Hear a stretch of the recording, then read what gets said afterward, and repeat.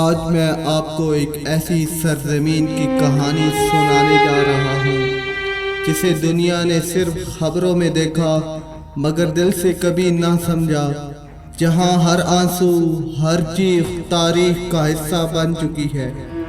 یہ صرف ایک قوم کی کہانی نہیں، یہ انسانیت کے ضمیر کا جنازہ ہے۔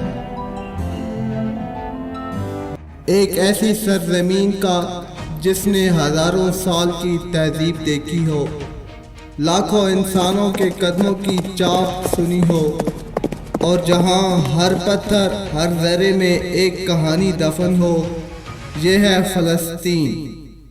ایک زمین جو صرف زمین نہیں بلکہ تاریخ کا دل ہے۔ یہی وہ زمین ہے جہاں انسانیت نے ابتدا میں قدم رکھا۔ یہی وہ خطہ ہے جہاں انبیاء آئے، پیغام لائے اور قوموں کو جگایا۔ یہی وہ علاقہ ہے جہاں کنعانی تہذیب نے آنکھ کھولی۔ یہی وہ مقام ہے جہاں حضرت ابراہیم علیہ السلام تشریف لائے۔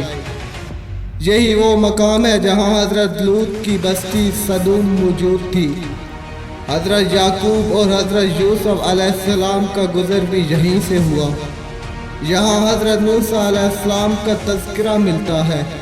یہی سرزمین بنی اسرائیل کے انبیاء کی جائے تبلیغ اور پیدائش رہی۔ یہی وہ خطہ ہے جہاں حضرت داؤد علیہ السلام نے حکومت کی۔ یہی حضرت سلیمان علیہ السلام کا عظیم الشان محل تعمیر ہوا۔ یہاں بیت المقدس جیسا مقدس مقام واقع ہے، اور یہی وہ جگہ ہے جہاں سے معراج کی رات حضرت محمد صلی اللہ علیہ وسلم آسمانوں کی جانب روانہ ہوئے۔ فلسطین کی زمین ہر دین کے لیے مقدس رہی ہے، مگر پھر ظلم کی ایک نئی داستان شروع ہوئی۔ سن 1917 میں برطانوی جنرل ایلن بی نے یروشلم پر قبضہ کیا۔ پہلی بار یروشلم کسی غیر مسلم کے قبضے میں گیا۔ پھر 1948 میں اسرائیل کے قیام کا اعلان ہوا۔ فلسطینیوں کو ان کے گھروں سے نکالے جانے لگا۔ یہ نکاسی نکبہ کہلائی، یعنی تباہی۔ لاکھوں فلسطینی مہاجر بن گئے، اپنی ہی سرزمین پر بے وطن قرار دیے گئے۔ یہ نیا باب ظلم اور بے بسی کا آغاز تھا۔ فلسطین میں اقوام متحدہ کی قراردادیں صرف کاغذ رہ گئیں۔ نہ انصاف ملا، نہ واپسی کا حق۔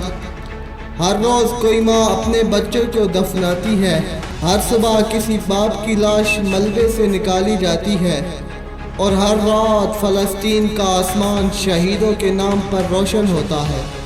مگر دنیا خاموش تماشائی بنی بیٹھی ہے۔ قراردادیں بنتی ہیں، تقریریں ہوتی ہیں، مگر کچھ نہیں بدلتا۔ فلسطینی بچے آج بھی قلم کی جگہ پتھر تھامتے ہیں۔ مسجدیں گھروں سے زیادہ محفوظ نہیں رہیں، اور فلسطین آج بھی درد میں ہے، مگر ہار نہیں مانا۔ یہ ہے پارٹ 1۔ پارٹ 2 کے لیے ہمارے چینل کو سبسکرائب کریں اور بیل آئیکن کو دبانا ہرگز نہ بھولیے گا۔